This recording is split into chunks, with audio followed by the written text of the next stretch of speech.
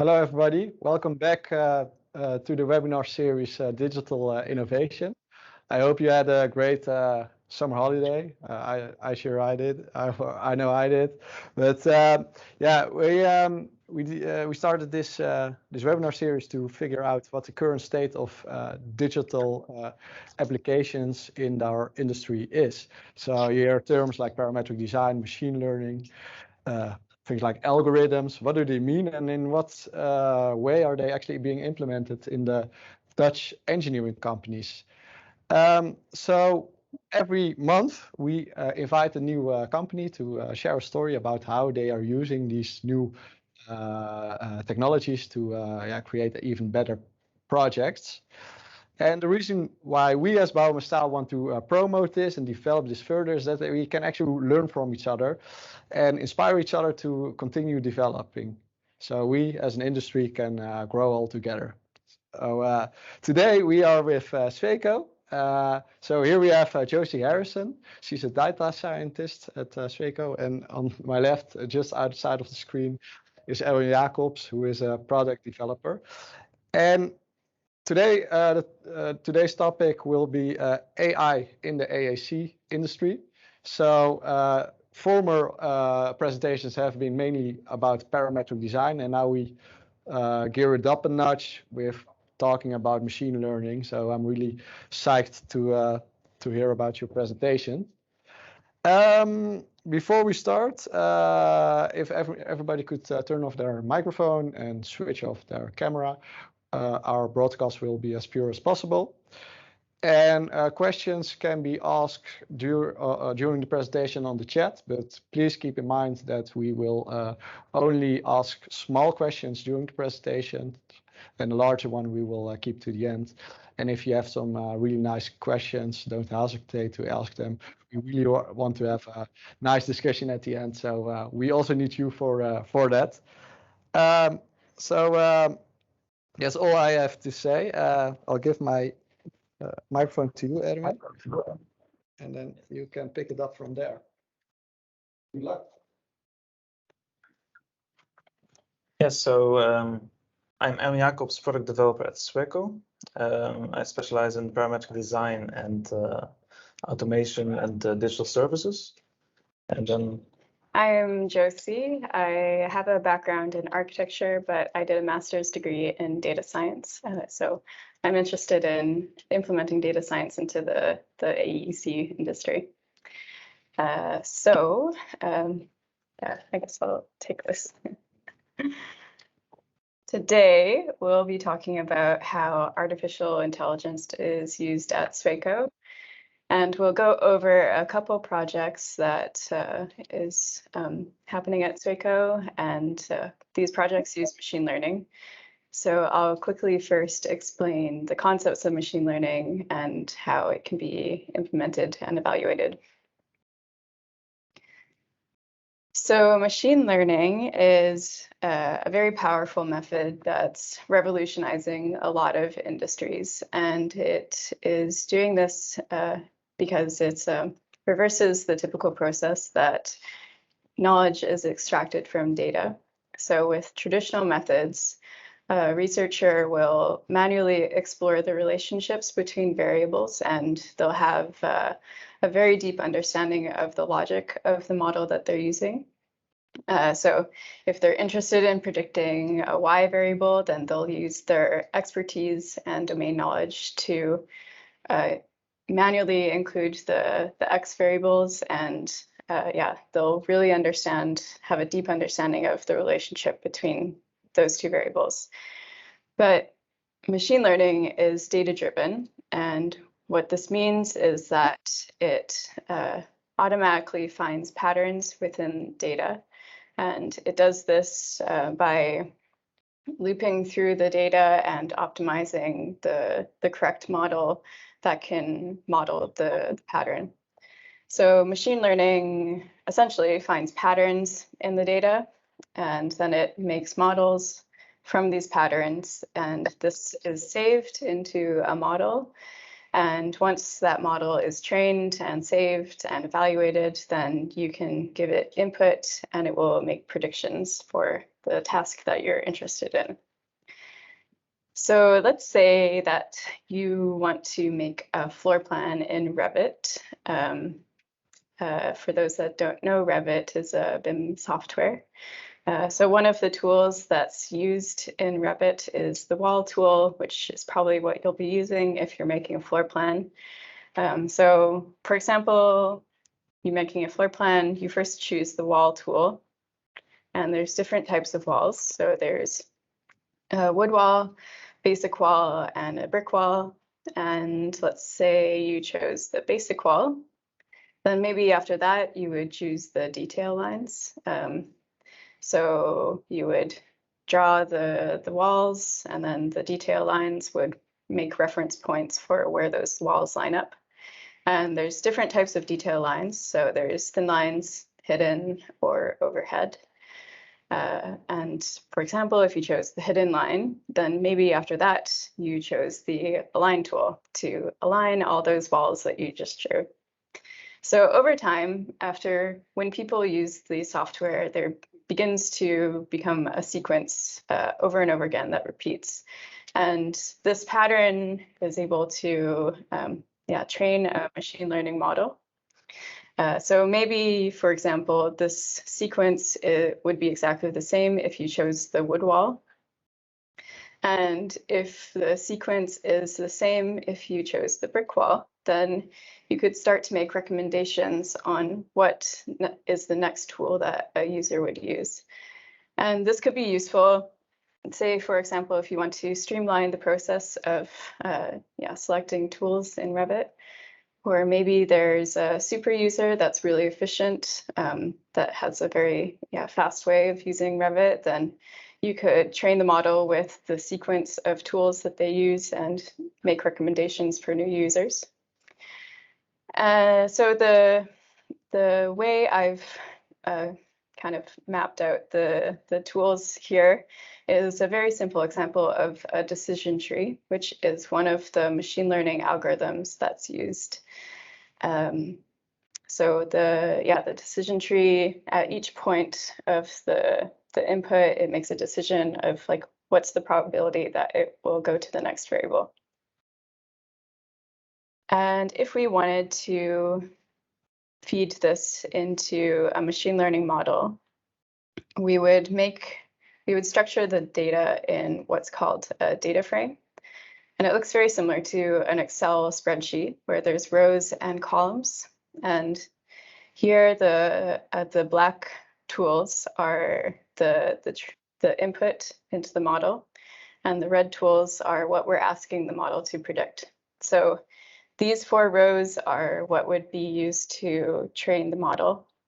So you would give this data to the model, and then you would train it, and then you would save it, and then you would be able to give the black icons as input to the model to make predictions for the red icons.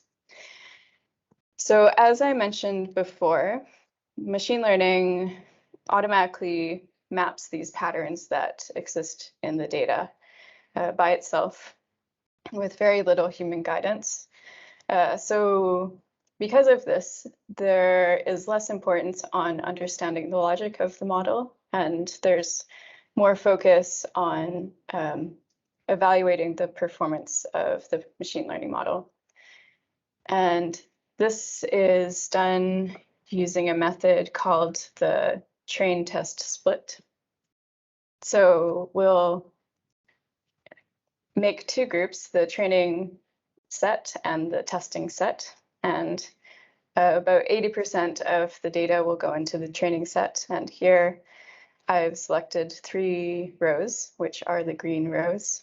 So I will give the model the input data and also the variables that we want it to predict in the future, because we have from historical data, we already have those values. But for the testing set, I'll give the model only the blue input data, and I'll ask the model to make a prediction for the the dashed box that I have.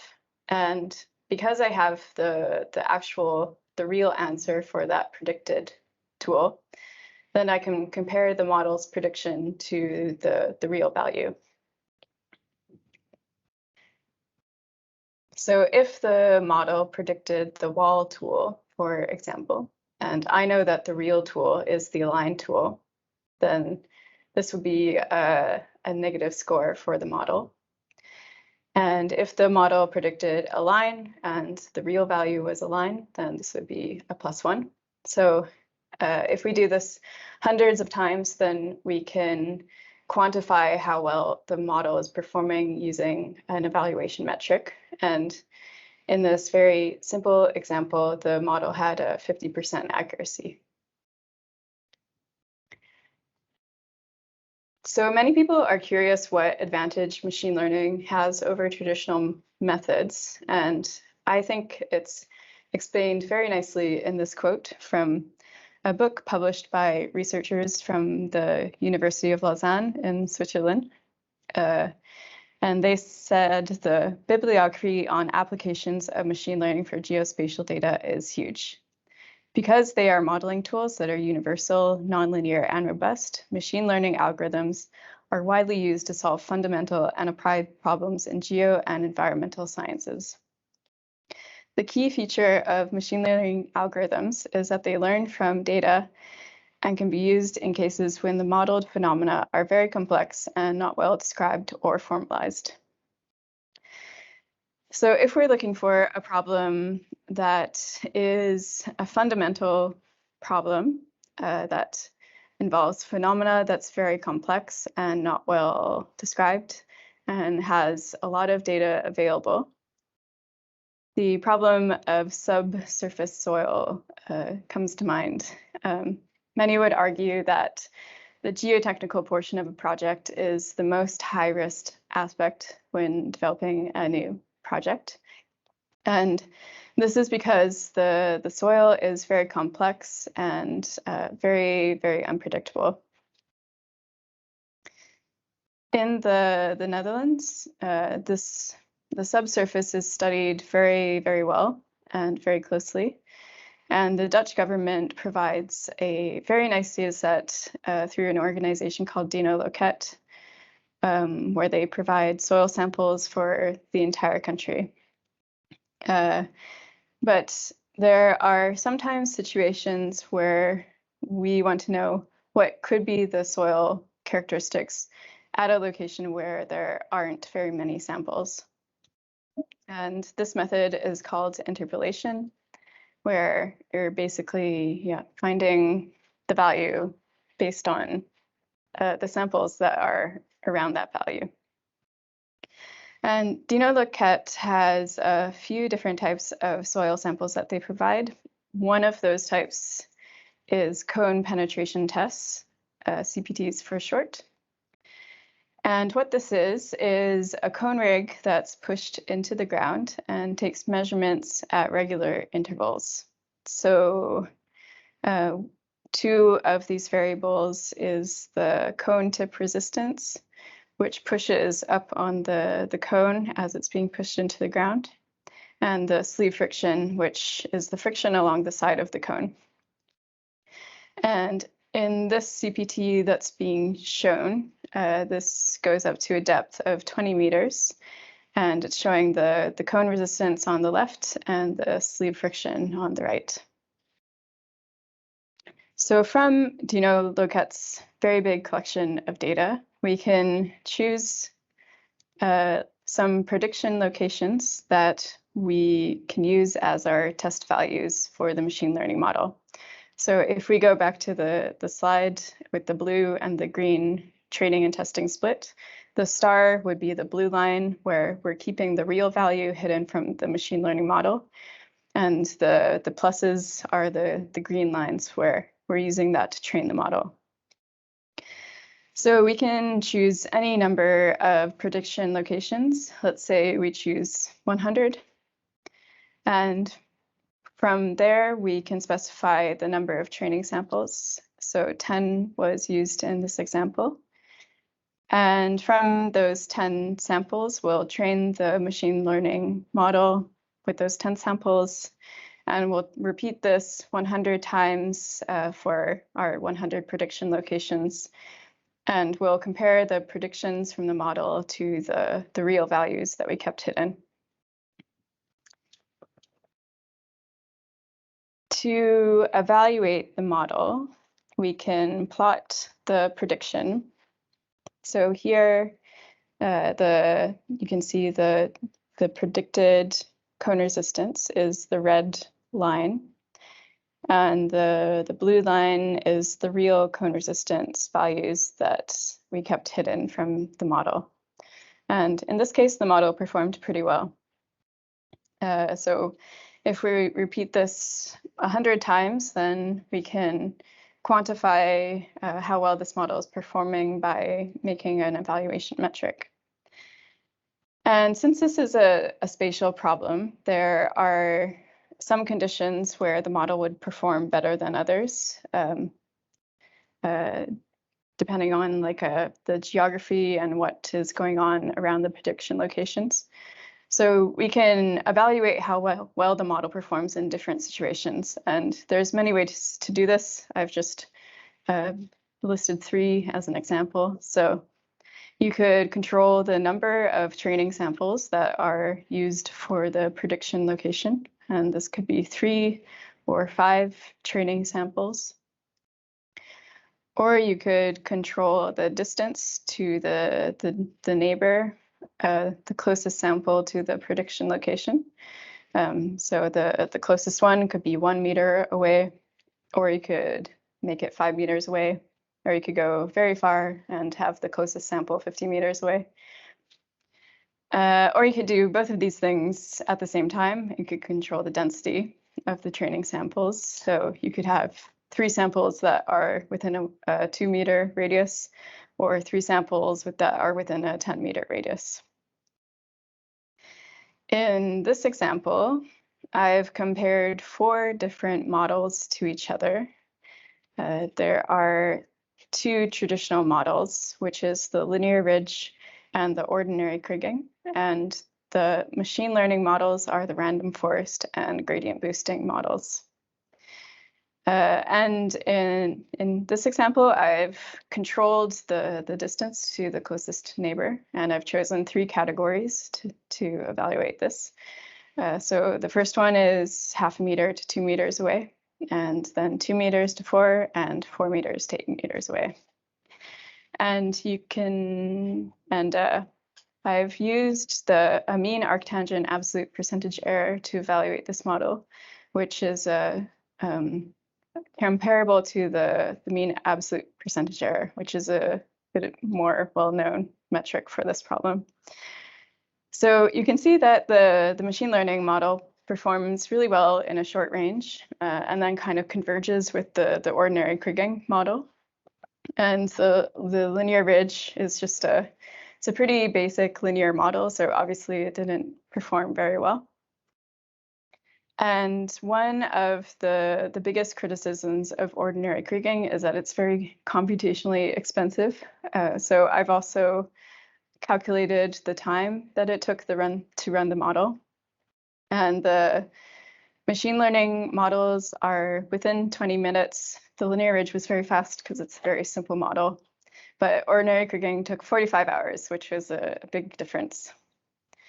So the benefits of using machine learning for this problem is that has a significantly reduced computation time and improved accuracy for short-range training samples.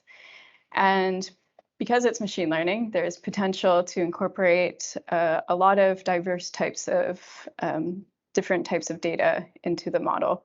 So for example, you could include the date of the CPT samples, or you could make the distance to some soil interventions. So that could be like dikes that are close by, or waterways, or train tracks. So yeah, I'll now give the floor to Erwin. Oh, sorry. Yes. Yeah. So another thing we would like to present is a prototype developed in Finland in 2018, 2019. It has a focus on the connections within steel structures. So, and the main goal is to centralize expertise and experience from past projects and be able to reuse that experience in the next projects. And the potential is quite great. Only in the Nordics, we already have like hundreds of these kind of projects, of these steel structures that we do. And each project comes with hundreds till thousands of connections, of which like 10% is a unique connection. Every unique connection is again 10 to 30 minutes modeling time. So if you can learn from all of those projects and put them in a database and find suggestions of connections that could be applicable to your problem, that could save a lot of time in all of these projects. So that's also why they started looking into this. So I will shortly walk through the prototype. So the prototype itself was based on two fully detailed models. So the tool that they built basically scans the whole model and finds all the intersecting steel members, and then collects all the geometrical information of the steel members that are connected and which connection is used, plus all of the metadata that a BIM model, for instance, holds as well. So then a database is created. And then if you have a new project that has not been detailed yet, you do that first step again. You find all of the steel members connecting. So in this case, 696 connections were found in this project. And then for each of those little blue balls, those connections, you can then get a suggestion from your database. And this is then the result. They have like an overall result generator.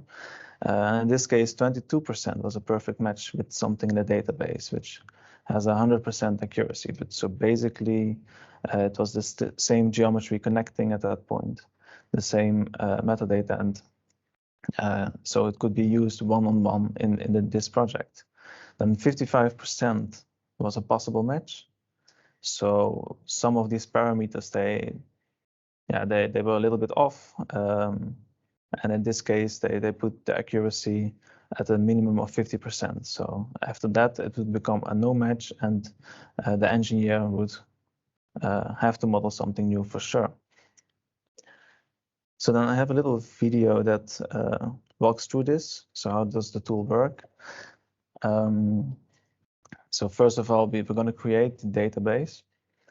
This is a model, a large steel structure that has a lot of connections already modeled into it.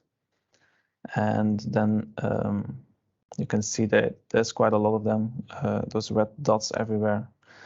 And the first step is then to recognize where are these connections.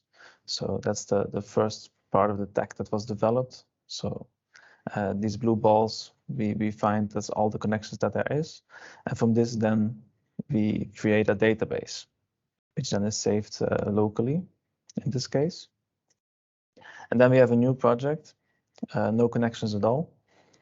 And we do that first step again. So we're going to find all the intersecting members of the steel structure.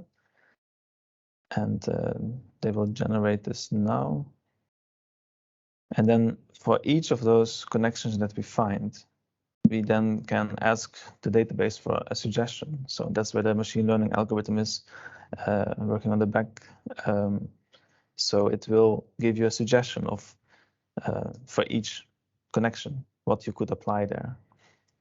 And if it's 100% accuracy, which in this case it will be, then you can basically choose one of those because they are already designed for those kind of members. In this case, it found multiple that have 100% accuracy, and you can then select it or select for all identicals, and it will directly model it into your Tekla model in this case. So now we will zoom in, and the connection that was gotten from the database is directly modeled here. So in this way, you can basically go through the whole project, and then we have this overview, because it's also interesting to run everything at once. So in this case, they just set for every node here, give us a prediction. Do you have a perfect match? Do you have a possible match or no match at all? And this gives you also insight in how you can plan your project. So, and that's also the difference between the prototype. This prototype was mainly used locally with the engineers. So they were building up their own databases. And they could get an early insight in what kind of work they would need to still do. And at the same time, they accelerate their own processes every single time they do a project. And all of their projects would be having uniform detailing in that sense. Then if you want to move to production, you would like to put this centralized so that you basically learn from projects from all of the projects you do in the steel structures. And the nice thing is then also you can start adding new metadata. Say you would add the cost, and then you have 10 perfect matches. Then you could say, okay, I'm going to choose the cheapest one, or the one that's more feasible more easy to apply in the construction. So, and with gathering this data and using this data, you get new data like the user behavior. So you can monitor what people are using from this database, which do they prefer. You can, for instance, upvote it and downvote the other ones. So in that sense, when you start making these kind of automations, this also opens new opportunities to even improve on the things that you already did improve. And that's also what we sort of see as a benefit for our industry. If we like start collecting our data, structuring it well, and we can do that interdisciplinary, we can get much more early insights early on in the projects, accelerate our processes, and basically learn from every project that we do as a company. And then, how we see that if you want to get started with this, you should always like really have a vision, aim for the stars. Where do you want to be in 5 to 10 years?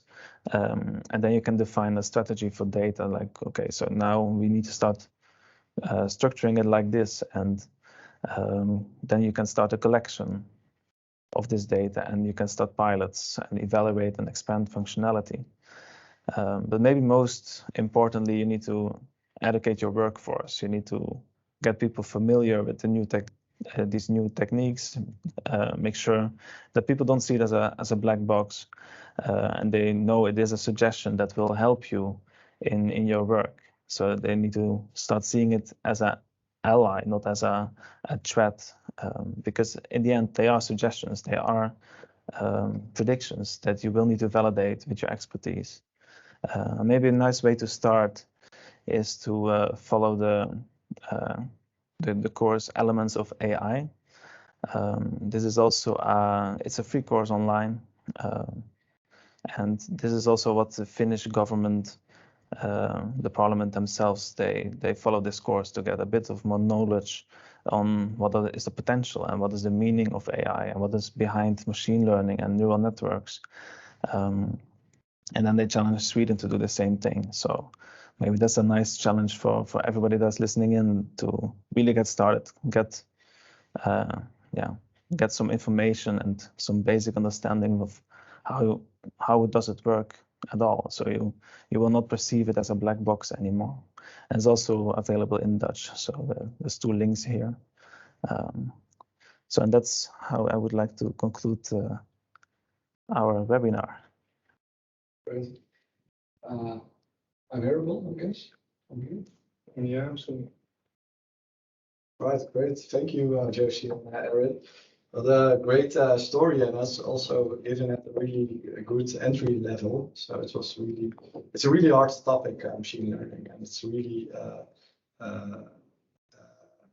good that you were able to present it in such like a almost childish way, but really easy to comprehend. And also good that at the end you gave some tips on where to start. Because when I see these machine learning algorithms, I also kind of pair away and think of them as quite sophisticated, and it feels a bit like magic. But do you think that, for example, engineers or modelers should have some knowledge about artificial intelligence? To what extent would that be, or would it still be like a niche field of knowledge? So it's like, for example, Josie, you studied data science before working as a data scientist. Mm-hmm. I have an answer for that if you. So yeah, I think it's really good for the engineers to understand the basic concepts of what kind of data is needed, and just like very basic, like how the machine learning works and how they're evaluated. And I think this is really useful so that they can start to come up with ideas, because engineers are like dealing directly with the problem. So they're the best people to start to brainstorm ideas of like what could be solved or what could be improved with machine learning. But machine learning, some people use the saying that it fails silently. So like you really have to have a deep understanding of what to look out for when you're using it. And like you can make something have a good performance, but actually it won't be performing well if you don't choose the right evaluation metric, or something could go weird in the model. So I think when it comes to actually developing the model, it really makes a big difference to have someone who studies that machine learning model and that data very closely, so that they can know what to look out for and know like how to evaluate it properly. But if I hear correctly, similarly, you also need that expert structural engineer, for example, that can evaluate the outcome. Mm-hmm. Yeah. Where it's in line with what you would expect. Yeah, so there's also like some machine learning models will have some variables that don't make any sense for the model. And a data scientist like me, I won't have any idea like that it doesn't make sense for the model, but someone who understands the problem very well, they'll be able to take out those variables and be like, no, that's just something spurious that the model is doing. Yeah, great, thank you. I see a question coming in, and I have to take my lecture to read it out loud. What's your opinion about the difference between machine learning and artificial intelligence? I have an answer for that. So machine learning is within the umbrella of artificial intelligence. So AI is a very broad term that like a lot of different things fit into it, like machine learning, deep learning. I would also put parametric design into artificial intelligence. So yeah, it's kind of like the big umbrella is artificial intelligence, and then machine learning is kind of like a little niche part of it. Is there even also a bigger umbrella above artificial intelligence? Not that I can think of. Okay, very good. I saw also this slide about how much computational time you needed for certain algorithms. Are you also using supercomputers to be able to even process these really hard algorithms faster, or is that just something that you just want to prevent because you are not using efficient methods, for example? Well, it's definitely possible to run, like for the example that I showed, ordinary kriging is the traditional model. Yeah. So I was saying that the traditional model is not good because it takes 45 hours to run. So in an ideal situation, I wouldn't be using that. But there are some machine learning models like deep learning that takes a lot of time, and that's a really like sophisticated model. And I've heard of a lot of people that use supercomputers and very powerful computers to do those computations. But for the experiments that I ran, I was just using a laptop like this. Yeah, so it was fine. Words, you don't need a huge computer to do some learning. No. Okay, very nice. Yeah, also a great story about the steel connections, especially for Baume Staal, since a lot of steel contractors are related to Baume Staal. So I guess that a lot of people watched that story with big open eyes.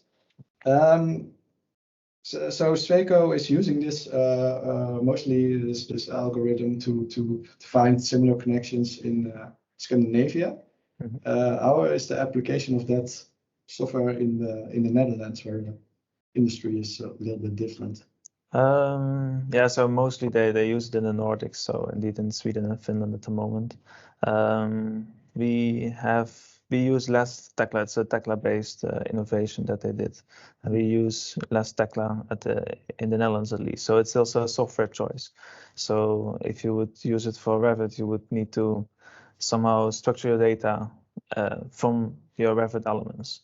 So you would be able to apply it, I suppose, but you will need to build a data set from a different entry point. And that's, I think, the challenge for our industry, and also because we are very interdisciplinary, a lot of different sources of data, and somehow this needs to come into a database that you can comprehend and you can use for machine learning techniques. And so in the Netherlands, we don't apply this yet for our projects. So, but yeah, hopefully in the future we can do a similar thing for our projects as well, based on this innovation that they did. So yeah, that's I guess that would be like a huge example for the whole of Netherlands to use such a technology. So what I was wondering is how are workers or draftsmen, how do they find these kind of new innovations? Is it like a fear, or are they really happy with it?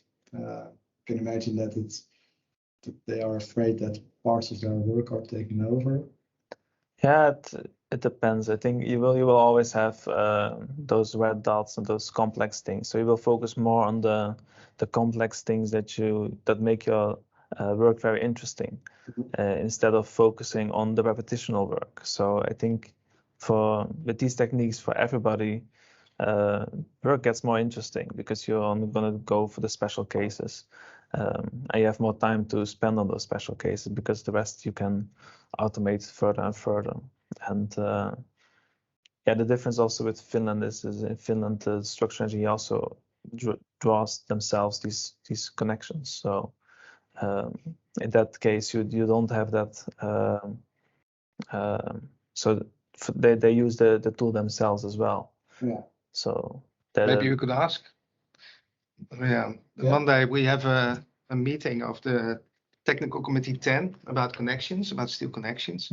So we could show this tool and then ask what they find, what they think of it. Yeah, for sure.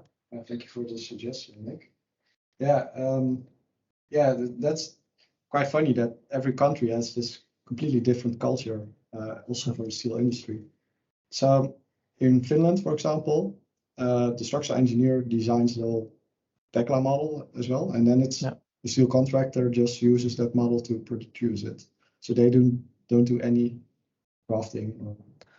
I'm not sure what is on the other side still. So I only know a little bit how it works within Sweco, but I'm not sure on the up in the chain how it. Because here in the Netherlands, really separated. As sure. in firms, you never draw a connection. Maybe like an idea of a connection, but in most of the cases, it turns out differently. So that's actually a nice way to also learn from the other industries and see if that is maybe a better way or maybe less likely. Is this Sweco tool just used by Sweco, or is it open? Yeah, so they're developing it further in the Nordics, and they're only using it within Sweco at the moment.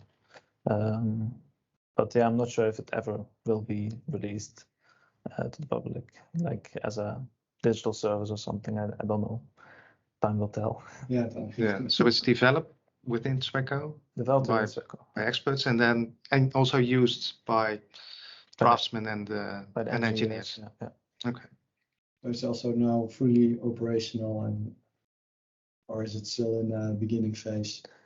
I think they use it still locally to get people also acquainted with the culture change, and that you start trusting these innovations. I think that's one thing that, yeah, is all. So the data structure is one major challenge in our industry, collecting everything, and the other one is the sort of a change of culture and starting to understand and trust what people always call this is a black box technology. I don't know what's happening, so I don't trust it.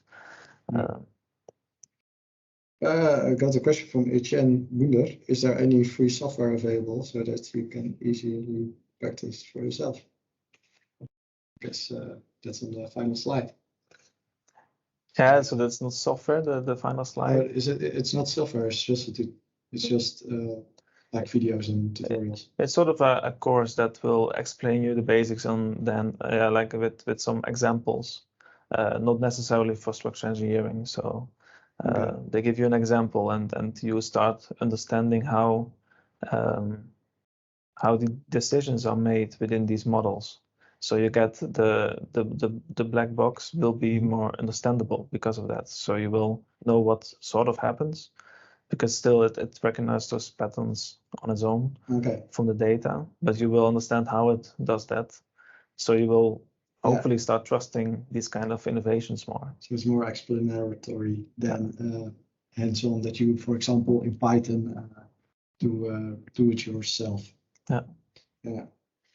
Is that also the case for this prediction tool of yours? Yeah. Is that prediction tool? So all the software I use is open source, so can use it for free all the time. I use Python through Anaconda notebooks. Yeah, Python is a great programming language. The only thing you use then? Yeah, just Anaconda notebooks. And the prediction tool, is it used within Sweco, or is it used in Sweco also in the Netherlands, or? It's still under development, so it's being tested and scrutinized. Yeah. Yeah. Because this was a big deal, of course, when there were earthquakes in Groningen. They had lots of measurements. I can imagine that is very, very useful for that. Yeah, definitely. Do you use it? Do you have that in mind, or is it just for the whole of the Netherlands? Yeah, actually, so the tool was started when I was doing my thesis for my master's degree, and that was the focus area for the thesis. So the data set that I was using was from the province of Groningen, and it was like I think 5,000 CPT samples. I was very focused on that area. Yeah, thanks. Michael has an in-depth question about these CPTs. What is the added benefit of using machine learning above writing a script that linearly extrapolates the predicted soil layers? I'm not too sure what's meant by linear extrapolation. Yeah, I went over some of the benefits of using machine learning. Like, it takes it's less computationally expensive, and one of the biggest benefits is that with traditional methods, you're very confined with the type of data that you're using. But since machine learning can have very, very complex relationships within the data, you can start to bring in like time, like I mentioned, the date of the CPT sample, or any kind of variable that could influence the soil. Yeah. The CPTs, do they all have the same length, or no? So how do you work with different lengths? Because if one is longer than the other, then you basically have you have limited data. Yeah. So in my thesis, I limited it to 25 meters. Like some CPTs go up to 40 meters into the ground. So I cut it off at 25 meters. And then for the rest of the data, I used a method called imputation, which if you're missing values in your data set, then you impute those datas. And there's a lot of different types of ways to do imputation. which is very kind of complex to explain now. Okay. But yeah, so basically I kind of like interpolated within the sample and then did the interpolation like across sample. So imputation is getting rid of, or is it enriching? It fills in the missing values. Okay. So if they're like some CPTs are pre-drilled, so the first 2 meters will be missing from the sample. And some CPTs only go up to a depth of like 10 or 15 meters. So from 15 meters to 25 meters, I had that as missing data. So that filled in those values. Okay. Do you still have some questions left? No, I don't actually. Maybe we should go to the websites and learn more about AI. This is the first time I think you had people telling about machine learning, right? Yeah. Like the presentations up to now were all mostly parametric design related. And I personally see like machine learning as like the next step, which is more advanced, more sophisticated, and way difficult to comprehend. So it's actually really nice to have this build up. So hopefully the viewers at home are already a bit trained and kind of cope with the new level. And we actually hope to share more stories about machine learning.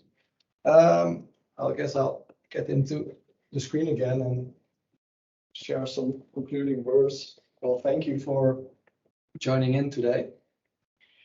And you at home, thank you for watching the series.